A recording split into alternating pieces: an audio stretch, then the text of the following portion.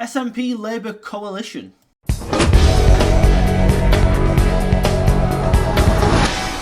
Now, if you read the headlines pumped out by some more nationalist news outlets, you'd be forgiven for thinking that the country, as an entirety of Scotland, is backing Labour and the SNP to work together, when actually that isn't true at all.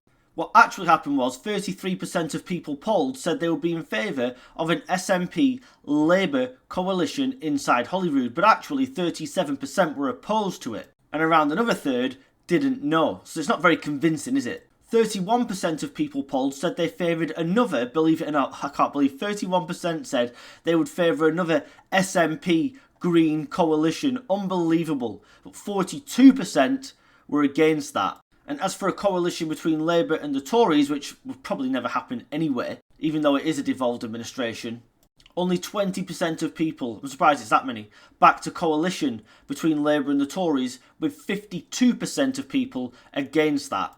So what this poll is actually telling us, rather than what the media are trying to spin you, is that Scottish voters are really torn on who to vote for wherever.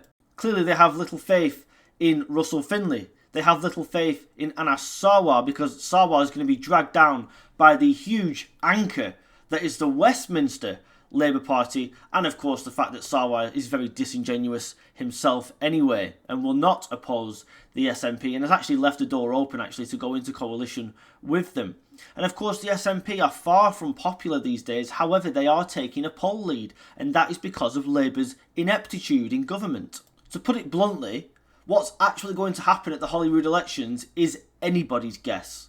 Can Reform actually make some inroads into Holyrood? Quite possibly. I think they will get some MSPs, but not enough to form the next administration. Although they could be the kingmakers, but then you'd have to find a party inside Holyrood willing to work with Reform, and because they're all virtue signallers, it's unlikely they'd be able to find a suitable partner. Meanwhile, the legacy parties are all pretty much as unpopular as each other.